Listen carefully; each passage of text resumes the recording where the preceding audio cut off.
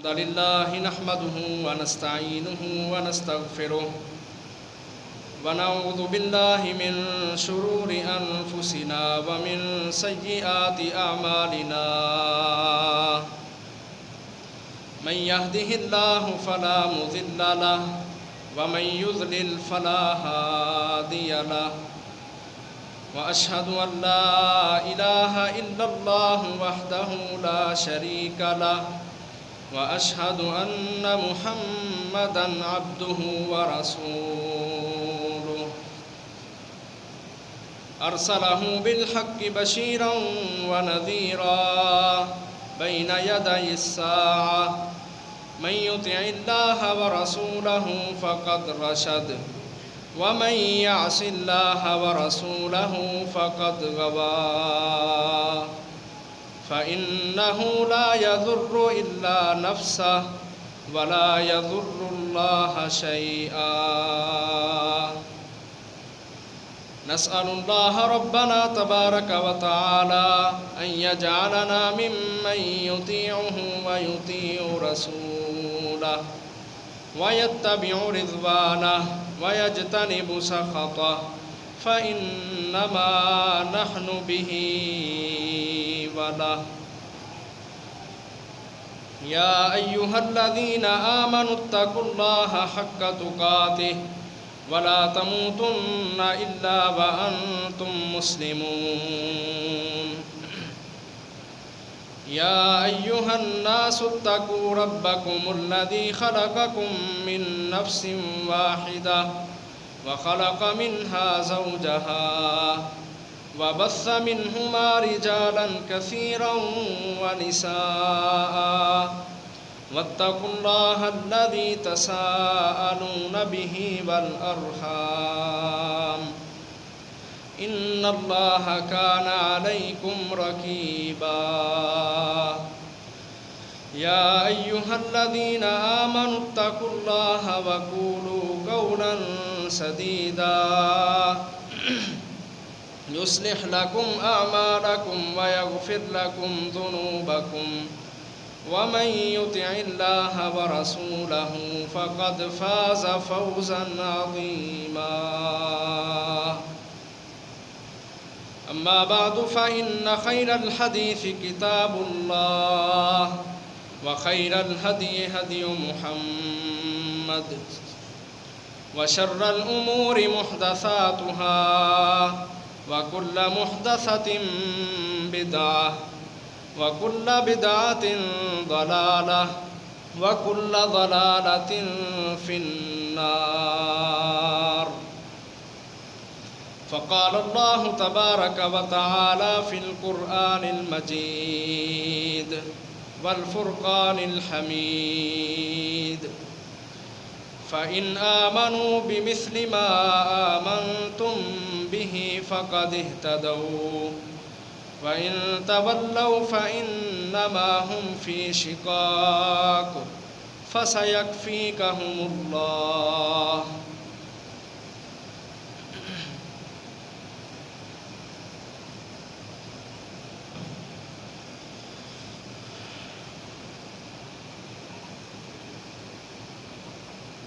آج سے تقریباً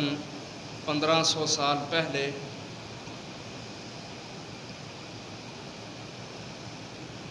اس دنیا کے اوپر شرک اور بت پرستی وہ بہت ہی عروج پر پہنچ چکی تھی. لوگ حقیقی معبود کو اللہ احکم الحاکمین کو چھوڑ کر معبودان باطلہ کی پرستش کیا کرتے تھے. جہالت کی انتہا تھی. تہذیب و تمدن، ثقافت اور کلچر کسی کو کوئی اس سے سروکار نہیں ہوتا تھا. قتل و غارت، سود کھانا، غنڈہ گردی کا بازار کھلا ہوا تھا. سارے کے سارے لوگ انسانیت کے نام پر ایک دھبا بن چکے تھے. بیواؤں کے حقوق چھین لیے جاتے تھے، بچیوں کو زندہ درگور کر دیا جاتا تھا، قتل و غارت کا بازار گرم تھا۔ اس جہالت کے دور کے اندر اللہ احکم الحاکمین کو اس دور پر ترس آیا، ان لوگوں پر اللہ رب العزت کی رحمت نازل ہوئی۔ اللہ تبارک و تعالیٰ نے اپنے پیغمبر جناب محمد الرسول اللہ صلی اللہ علیہ وسلم کو نبی بنا کے بھیج دیا۔ ہمارے نبی محمد صلی اللہ علیہ وسلم اس دنیا سے جہالتوں کو ختم کرنے کے لیے آئے، شرک اور بت پرستی کا سدے باب کرنے کے لیے آئے، اور لوگوں کو حقیقی مالک کی پہچان کروانے کے لیے اللہ احکم الحاکمین نے محمد صلی اللہ علیہ وسلم کو اس دنیا میں بھیجا۔ ہمارے نبی محمد صلی اللہ علیہ وسلم اس دنیا میں آئے، جب نبوت ملی تو نبوت کا اعلان کیا۔ اعلان کرتے ہی اللہ احکم الحاکمین نے مختصر سی ایک جماعت محمد صلی اللہ علیہ وسلم کو دے دی۔ پھر اس مختصر جماعت کی اللہ احکم الحاکمین نے اتنی مدد کی کہ وہ کمزور لوگ، وہ چھوٹی سی جماعت کہ جن پر بڑے ظلم و ستم کے پہاڑ توڑے جاتے تھے، کچھ ہی عرصے کے اندر وہ دنیا عرب کے اوپر ایک عالمگیر انقلاب برپا کرنے والے بن گئے۔ اور یہ وہ جماعت بنی کہ محمد الرسول اللہ صلی اللہ علیہ وسلم کے مشن کو، ان کے نصب العین کو دنیا کے اوپر غالب کرنے کے لیے اس چھوٹی سی جماعت نے اپنا تن من دھن، اپنے گھر بار چھوڑ دیے، اپنی ہر چیز قربان کر دی محمد صلی اللہ علیہ وسلم کے مشن کو دنیا پر پورا کرنے کے لیے۔ محترم بھائیو، یہ جو جماعت ہے کہ جس کی معیت میں نبی اکرم صلی اللہ علیہ وسلم اور یہ جماعت اللہ کے رسول صلی اللہ علیہ وسلم کی معیت میں انہوں نے مل کے پوری دنیا سے جہالت کو، شرک کو، کفر کو اور بت پرستی کو ختم کر دیا، اور پوری دنیا کے اوپر اسلام کو غلبہ عطا کر دیا۔ وہ جماعت کون سی ہے؟ محترم بھائیو، وہ جماعت محمد صلی اللہ علیہ وسلم کے ساتھی، ان پر ایمان لانے والے اور ان کے لیے اپنی جان تک قربان کرنے والے لوگ، یہ وہ جماعت صحابہ کرام رضوان اللہ علیہم اجمعین کی جماعت ہے۔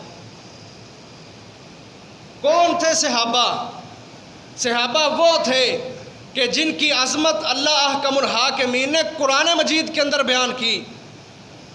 آئے ہم قرآن مجید کی آیات سے صحابہ کرام رضوان اللہ علیہم اجمعین کی عظمت کو سمجھیں،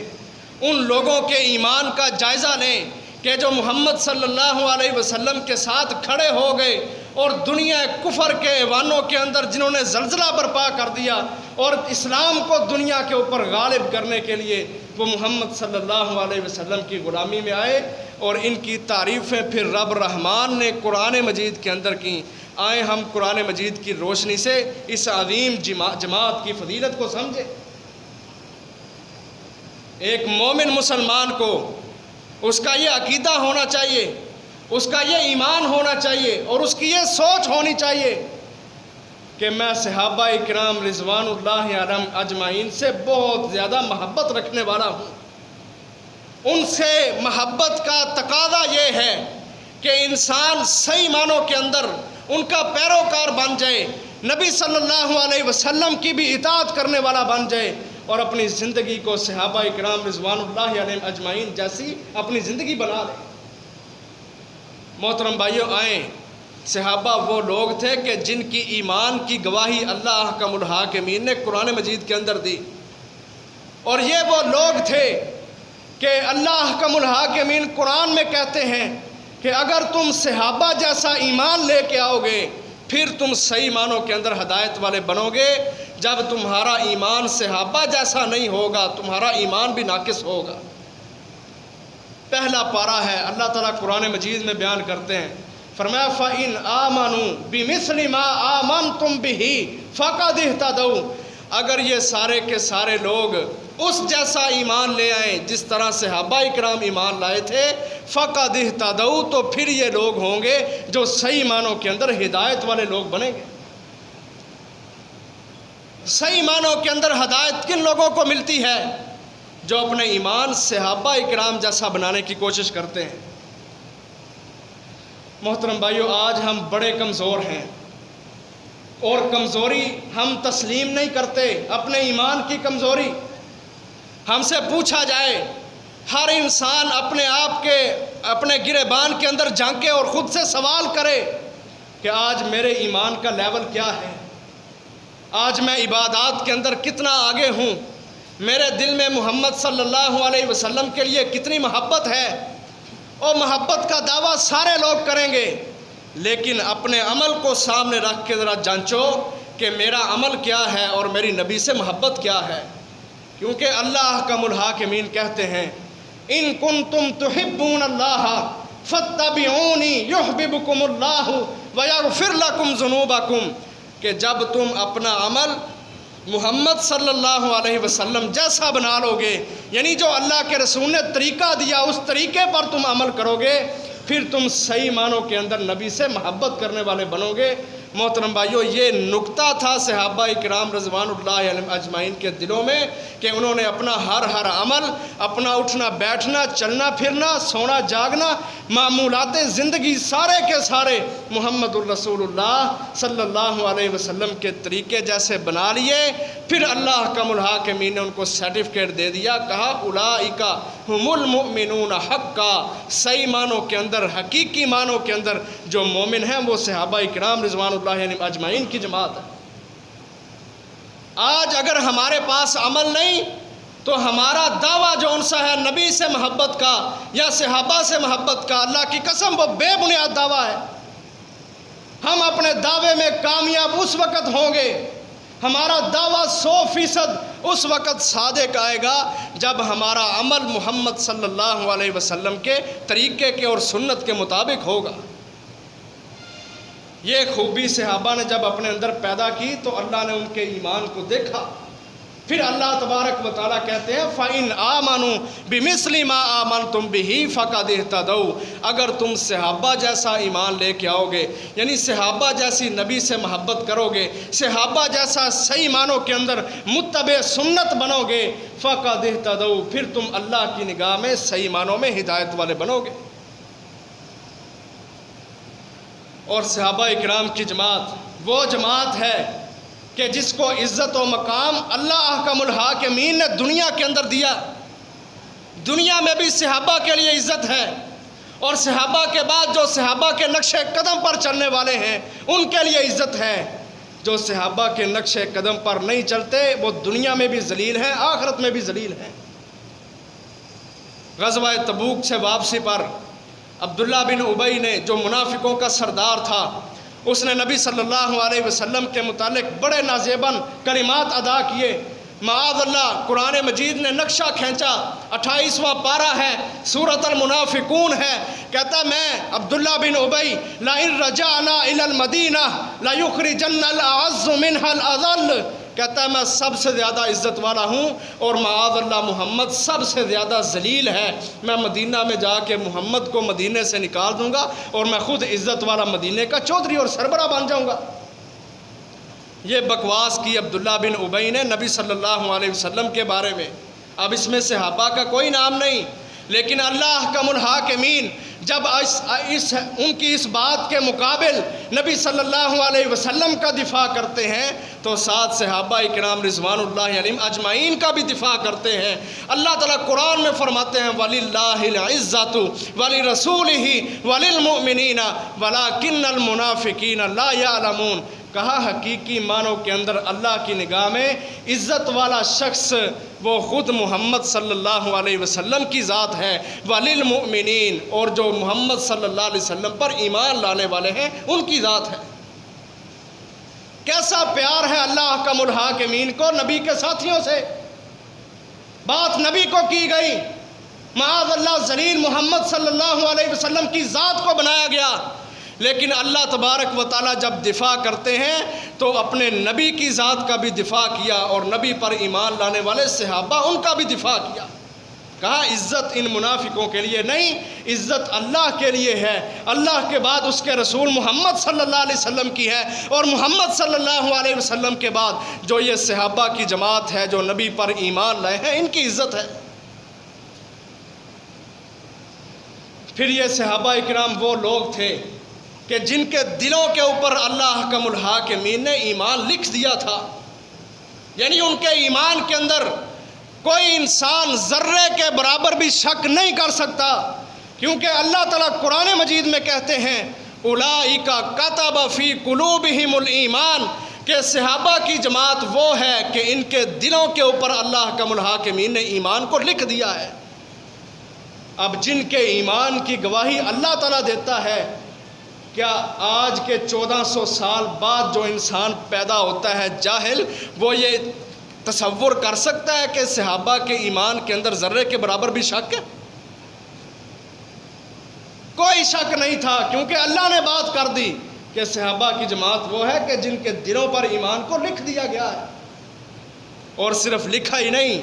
کہا یہ وہ جماعت ہے کہ جن کی مدد اللہ احکم الحاکمین نے کی فرشتوں کے سردار جبرائیل امین کو بھیج کر. فرمایا وَأَيَّدَهُمْ بِرُوحٍ مِّنْهُ، اس جماعت کی اللہ احکم الحاکمین نے، چاہے یہ ظلم کے اندر ہوں، چاہے یہ جہاد کے میدان میں کھڑے ہوں، چاہے کوئی ظالم ان پر ظلم و ستم کے پہاڑ توڑتا ہو، یہ صحابہ کی جماعت وہ جماعت ہے کہ جس کی مدد اللہ احکم الحاکمین نے فرشتوں کے سردار جبرائیل امین کو بھیج کر مدد فرمائی ہے. چوتھے نمبر پر اللہ احکم الحاکمین قرآن میں بیان کرتے ہیں، کہا تم حقیقی معنوں کے اندر اگر کامیاب لوگ دیکھنا چاہتے ہو، اولئک علی ھدی من ربہم واولئک ھم المفلحون، تو حقیقی معنوں کے اندر دنیا اور آخرت کی کامیابیاں جو لوگ سمیٹ کر چلے گئے ہیں وہ صحابہ کرام رضوان اللہ علیہم اجمعین کی جماعت ہے. فرمایا اولئک ھم الفائزون، حقیقی معنوں کے اندر کامیاب فوز و فلاح والے لوگ صحابہ اکرام ہیں. اور کہیں اللہ احکم الحاکمین صحابہ کی تعریف کرتے ہوئے فرماتے ہیں، فرمایا الذین آمنوا وہاجروا وجاہدوا فی سبیل اللہ باموالہم وانفسہم اعظم درجۃ عند اللہ واولئک ھم الفائزون یبشرہم ربہم برحمت منہ ورضوان وجنات لہم فیہا نعیم مقیم. کہا صحابہ کی جماعت وہ جماعت ہے جو اپنے نبی پر ایمان لے کے آئے، نبی کے مشن کو پورا کرنے کے لیے جنہوں نے ہجرتیں کی، اپنے گھر بار چھوڑ دیے، اپنی اولادوں کو چھوڑ دیا، اپنے سہاگ خراب کر لیے، اپنے بچوں کو یتیم کر لیا. یہ صحابہ کی جماعت تھی جو ایمان لے کے آئے، جنہوں نے ہجرتیں کی، پھر نبی کے ساتھ کھڑے ہو کے جہاد کے میدانوں میں اگلی صفوں کے اندر کھڑے ہونے والے تھے. کہا یہ لوگ کامیاب بھی ہیں اور درجے کے اعتبار سے، مقام کے اعتبار سے اللہ کے قریب، سب سے قریب یہ صحابہ ہیں. اور دنیا میں اللہ ان کو بشارتیں دیتا ہے کہ اللہ کی رحمت ان پر نازل ہوگی، اللہ کی رضامندی ان پر نازل ہوگی، اور کل قیامت میں یہ ایسی جنتوں کے اندر ہوں گے کہ جس کے اندر نعمتیں ہی نعمتیں.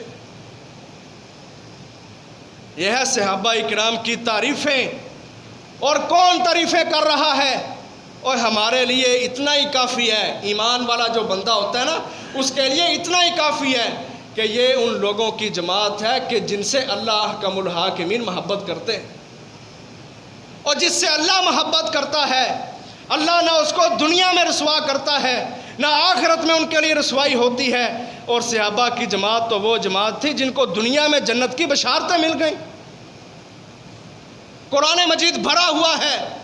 کہیں اللہ تعالیٰ تعریف کرتے ہیں، فرمایا فالذین آمنوا بہ وعزروہ ونصروہ واتبعوا النور الذی انزل معہ اولئک ھم المفلحون. کہا صحابہ کی جماعت وہ ہے کہ جو نبی پر ایمان لائے اور ایمان لا کے نبی کو انہوں نے مضبوط کیا، ونصروہ، اور نبی کی مدد کرنے کے لیے وہ میدانوں کے اندر کھڑے ہو گئے. فرمایا اولئک ھم المفلحون، یہ حقیقی معنوں میں کامیاب لوگ ہیں. کہیں اللہ تعالیٰ بیان کرتے ہیں ان کی تعریفیں، فرمایا والذین تبوأوا الدار والایمان من قبلہم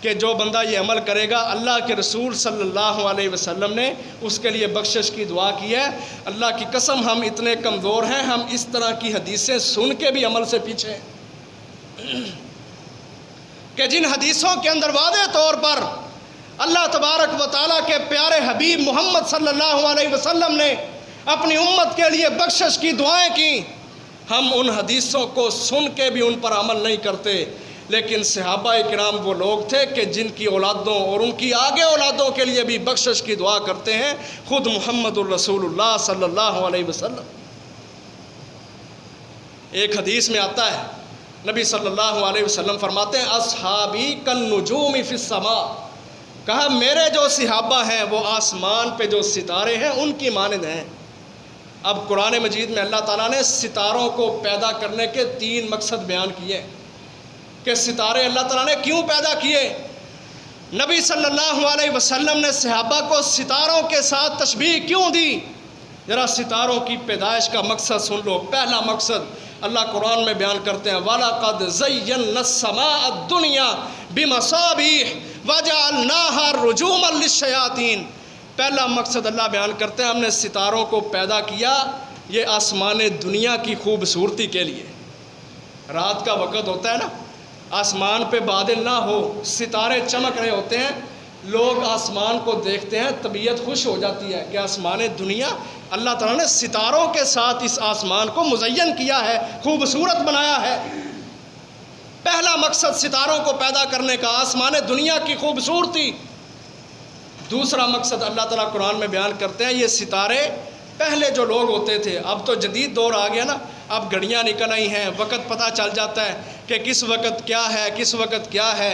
رستے پہ جانا ہو تو جدید دور ہے، جی پی ایس آگے ہیں، ٹریکر آگے ہیں، لوگ گاڑی پہ جاتے ہیں جی پی ایس سیٹ کر لیتے ہیں، جی میں گجرانوالہ سے چلا ہوں، میاں والی بنگلہ سے چلا ہوں، میں نے لاہور جانا ہے، کون سا رستہ مجھے لے کے جائے گا۔ پہلے دور کے اندر یہ چیزیں نہیں ہوتی تھیں تو لوگ ستاروں کو دیکھ کر رستے معلوم کیا کرتے تھے۔ اللہ کہتے ہیں دوسرا مقصد ستاروں کو پیدا کرنے کا یہ ہے کہ انسان بھٹک نہ جائے، بھول نہ جائے، اس کو رستے کا پتہ چل جائے۔ 14واں پارہ ہے، اللہ تبارک و تعالیٰ سورۃ النحل کے اندر بیان کرتے ہیں وَبِالنَّجْمِ هُمْ يَهْتَدُونَ، ستاروں کو ہم نے پیدا کیا تاکہ لوگ رہنمائی حاصل کر سکیں۔ اور تیسرا مقصد ستاروں کو پیدا کرنے کا، جو جن تھے نا، جن شیطان، نبی صلی اللہ علیہ وسلم کے نبی بننے سے پہلے اللہ احکم الحاکمین جو وہی بھیجا کرتے، جو آسمان کے اوپر پروگرام بنایا کرتے تھے کہ دنیا میں اب کیا تبدیلی آئے گی، یہ جن ایک دوسرے کے اوپر کھڑے ہو کے آسمانوں تک پہنچ جایا کرتے تھے، آسمانوں تک پہنچ جاتے اور وہاں کان لگا کے سنا کرتے تھے کہ آسمانوں سے فرشتوں کے اندر اللہ تعالیٰ نے کون سا فیصلہ بھیجا ہے، کون سا کام ان کو سونپا ہے، اس کو سن لیتے اور پھر وہ نیچے والے کو بتاتا، وہ نیچے والے کو بتاتا، وہ بتاتے بتاتے جو دنیا کے اوپر شرک اور ظلم تھا، بربریت تھی، شرک کی انتہا تھی، لات منات عزا حبل کی پوجا کی جاتی تھی اور بڑے بڑے پیر وہاں درباروں کے اوپر بیٹھے ہوتے تھے، وہ جن آ کے ان کو بتاتے کہ اب یہ کام ہونا ہے، وہ پیشین گوئی کر دیا کرتے جی اب یہ کام ہوگا۔ جب اس طرح ہو جاتا تو لوگوں کے عقیدے خراب ہو جاتے کہ یہ بابا تو بڑا پہنچا ہوا، جو یہ کہتا ہے اسی طرح ہو جاتا ہے۔ لیکن جب اللہ احکم الحاکمین نے محمد صلی اللہ علیہ وسلم کو نبوت عطا کی، جب نبی بنا کے بھیجا، اس وقت اللہ تبارک و تعالیٰ نے یہ کام کیا کہ چونکہ اللہ تعالیٰ وحی کے ذریعے نبی صلی اللہ علیہ وسلم کو سب کچھ بتاتے تھے، تو یہ جو جن جایا کرتے تھے نا ایک دوسرے کے اوپر کھڑے ہو کے آسمانوں تک پہنچتے، ستاروں کو اللہ حکم الحاکمین ایک شعلہ بنا دیتے، جب جن اوپر جاتے وہ شعلہ انگارہ بن کے ان کو لگتا، سارے کے سارے جل کے راکھ ہو جایا کرتے تھے۔ وَجَعَلْنَاهَا رُجُومًا لِلشَّيَاطِينِ، اللہ کہتے ہیں ستاروں کو پیدا کرنے کا تیسرا بڑا مقصد یہ ہے کہ جو جن آسمانی خبریں چرایا کرتے تھے، اللہ تعالیٰ نے اس ستاروں کو انگارہ بنا کے، شہاب ثاقب بنا کے، ایک دہتا ہوا کوئلہ انگارہ بنا کے جنوں کے پیچھے لگا دیا کرتے تھے، وہ جنوں کو لگتا جن جل کر راکھ بن جایا کرتے تھے۔ محترم بھائیوں، 3 بڑے بڑے مقصد اللہ تعالیٰ نے بیان کیے ستاروں کو پیدا کرنے کے۔ اب میرے نبی محمد صلی اللہ علیہ وسلم نے تشبیہ دی، کہا اصحابی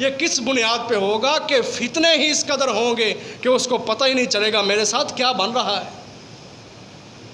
آج لوگ ہمارے مسلمان ان فتنوں کا شکار ہو گئے اور صحابہ کرام رضوان اللہ علیہم اجمعین کے خلاف اپنی زبانیں لمبی کرنے والے بن گئے۔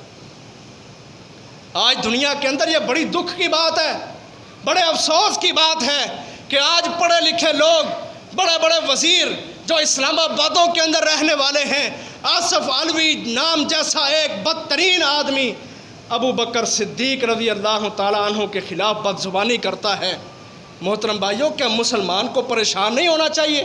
کیا اس کے دل کے اندر لرزہ نہیں طاری ہونا چاہیے کہ صحابہ کی جماعت تو وہ جماعت ہے کہ جن کو سلام اللہ احکم الحاکمین بھیجتے ہیں، قل الحمد للہ وسلام علی عبادہ الذین اصطفیٰ، 20واں پارہ ہے، اللہ احکم الحاکمین صحابہ کو سلام کرتا ہے۔ آج ان صحابہ کے خلاف بد زبانی کرتے ہیں یہ سیکولر قسم کے لوگ۔ اپنی زبانوں کو لگام دو۔ ہمارے نبی وہ تھے کہ جنہوں نے اپنے صحابہ کے لیے بہت کچھ قربان کیا، اپنا بھی اور بڑی محبت پیش کی ان کو، اور صحابہ وہ تھے جنہوں نے نبی صلی اللہ علیہ وسلم کے دفاع کے لیے اپنا سب کچھ قربان کیا تھا۔ محترم بھائیو، آج یہ اصول بناؤ، اپنے دلوں کے ایمان کو بڑھوتی دو، ایمانوں کے اندر اضافہ کر لو کہ ہم اس زبان کو کاٹ دیں گے جو صحابہ کرام رضوان اللہ علیہم اجمعین کے خلاف بد زبانی کرے گی، اس ہاتھ کو توڑ کے رکھ دیں گے جو صحابہ کرام کے خلاف لکھے گا۔ یہ اپنے ایمان بناؤ، اللہ کے فضل و کرم سے تم بھی اسی طرح ہدایت والے بن جاؤ گے جس طرح صحابہ کرام ہدایت والے تھے، کیونکہ نبی کے صحابہ نے یہ عمل پیش کیا تھا، نبی کے صحابہ نے یہ عمل پیش کیا تھا۔ آج لوگ پوچھتے ہیں صحابہ کی عظمت کے حوالے سے، محترم بھائیو، میرے نبی کا روب صحابہ تھے،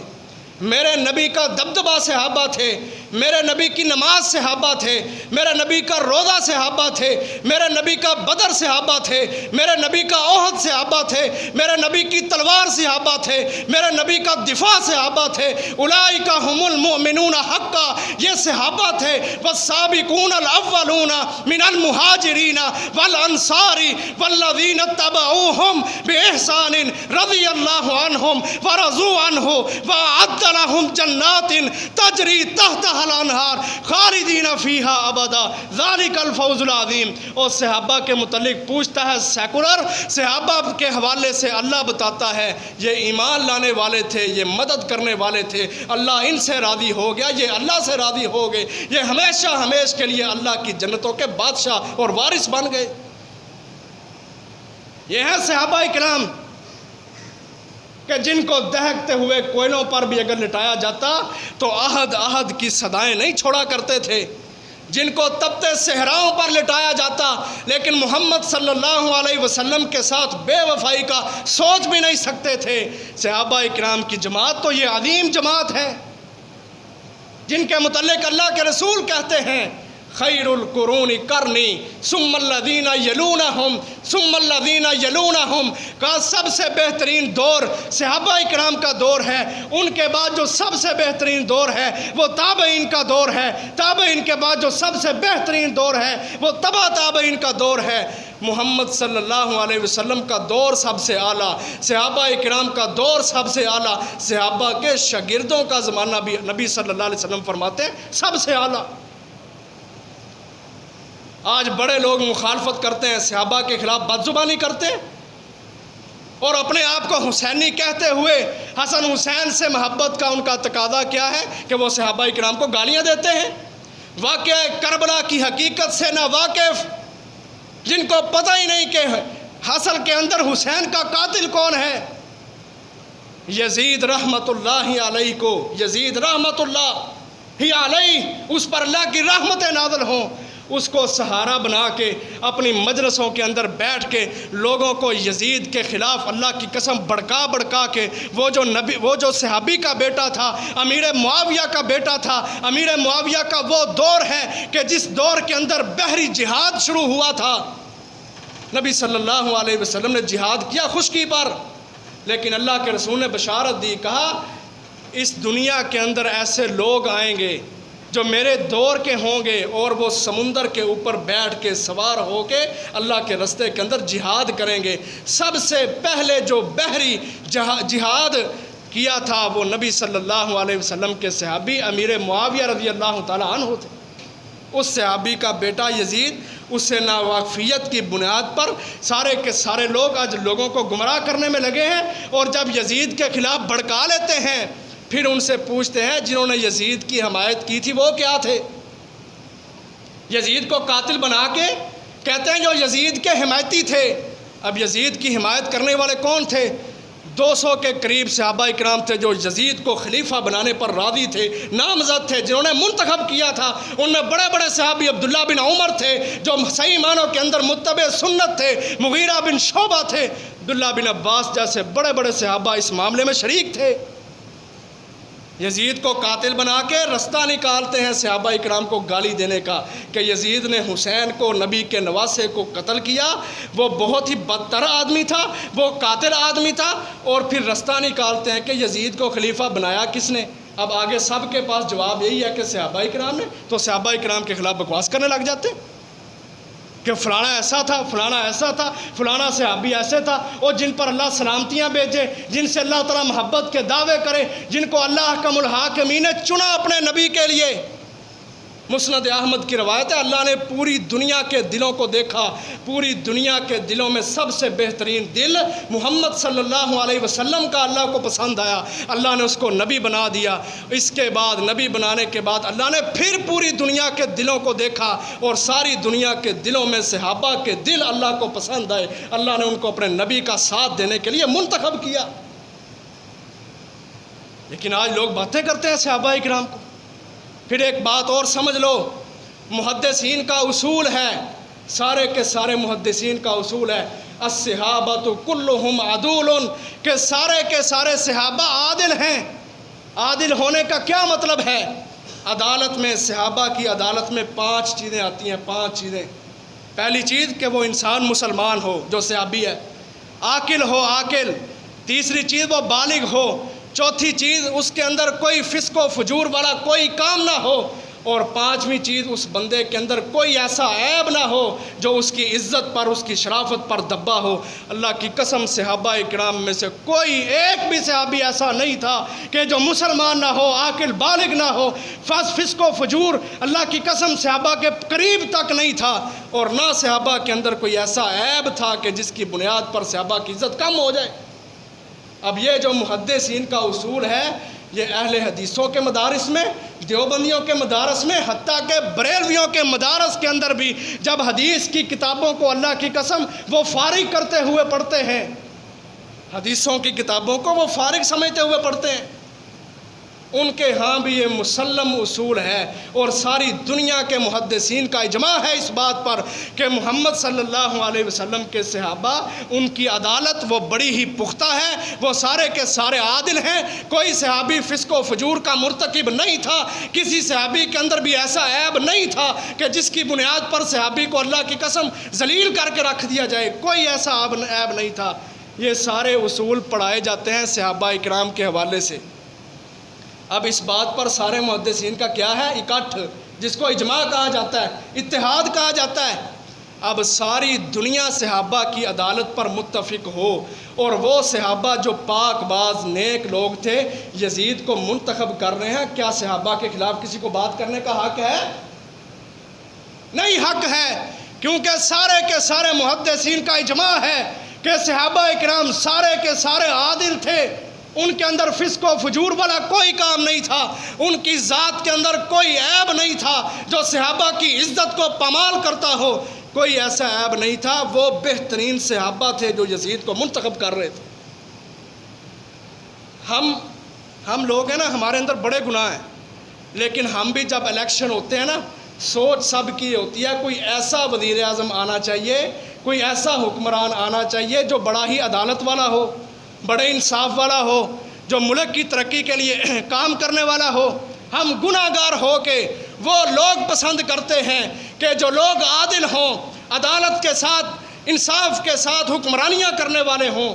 ہم گناہ گار ہو کے انصاف والے لوگوں کو پسند کرتے ہیں۔ کیا صحابہ اکرام جو عادل تھے، اللہ کی نگاہ میں بڑے ہی محبوب تھے، بڑے ہی معزز شخص تھے، جو نبی کا دفاع کرنے والے تھے، نبی کے لیے اپنے جانوں کے اوپر، جسموں کے اوپر تیر کھانے والے تھے، کیا وہ صحابہ یزید کو منتخب کر سکتے تھے یہ سوچ کے یہ قاتل ہے چلو امت مسلمہ کا نقصان کرے گا یا معاذ اللہ نبی کے نواسے کو شہید کرے گا؟ اگر تم اس بات کا اعتراف کرتے ہو تو اپنے ایمان کے اندر جھانک لو، اپنے ایمان میں جھانک لو، تمہارا ایمان کمزور ہے، کیونکہ یزید کو منتخب کرنے میں صحابہ اکرام بھی آگے تھے۔ جب تم یزید کو قاتل بناؤ گے تم سارے کے سارے صحابہ کو قاتل بناؤ گے۔ محترم بھائیو، انصاف یہ نہیں تھا۔ انصاف کیا ہوا؟ کیا لوگوں نے بات کی دنیا کے اندر؟ کیا یہ جو گروہ بنے پھرتے ہیں نام لیے بغیر، کیا انہوں نے چال چلی؟ انہوں نے ممبروں پہ بیٹھ کے یزید کو قاتل ثابت کرنا شروع کیا، جھوٹ بول بول کر۔ اور جب لوگوں نے مان لیا کہ ہاں واقعتاً یزید ایسا تھا ویسا تھا، مان لیا، پھر آگے انہوں نے دوسرا قدم رکھا کہ مجھے بتاؤ یزید کو منتخب کس نے کیا تھا؟ اب جس صحابہ کرام نے، پھر صحابہ کیسے ہوئے؟ آج یہ جو گالیاں بکی جاتی ہیں نا صحابہ کے خلاف، اللہ کی قسم اس بنیاد پہ بکی جاتی ہیں۔ انصاف یہ تھا کہ تم مجلسوں میں بیٹھ کے پہلے صحابہ کی شان بیان کرتے کہ صحابہ یہ لوگ تھے، صحابہ کا مقام یہ تھا، صحابہ کا مرتبہ یہ تھا۔ جب تم یہ بیان کر لیتے پھر بتاتے یہ صحابہ تھے جو اس کو منتخب کرنے والے تھے، اللہ کی قسم تاریخ کے اندر کوئی شبہ، کوئی شک رہنا ہی نہیں تھا، کیونکہ صحابہ اکرام بڑے عدل اور انصاف والے ہیں اور وہی اس انسان کو منتخب کرنے والے ہیں۔ یہاں سے آج ہم غلطی کھا رہے ہیں اور ٹھوکریں کھا رہے ہیں کہ ہمیں اپنے نبی کے صحابہ سے پیار نہیں، نبی کے صحابہ کی عدالت ہم نے سمجھی نہیں، نبی کے صحابہ کا شب و روز اٹھنا بیٹھنا چلنا پھرنا اس سے ہمیں محبت نہیں، جس کی بنیاد پہ آج لوگ گالیاں بکتے ہیں، ہمیں کوئی پرواہ نہیں ہوتی۔ کیا فرمایا نبی صلی اللہ علیہ وسلم نے؟ کہا من سب اصحابی فعلیہ لعنت اللہ والملائکۃ والناس اجمعین۔ ایک طرف فضیلتیں بیان کی، ابو بکر و عمر کی فضیلت ہے،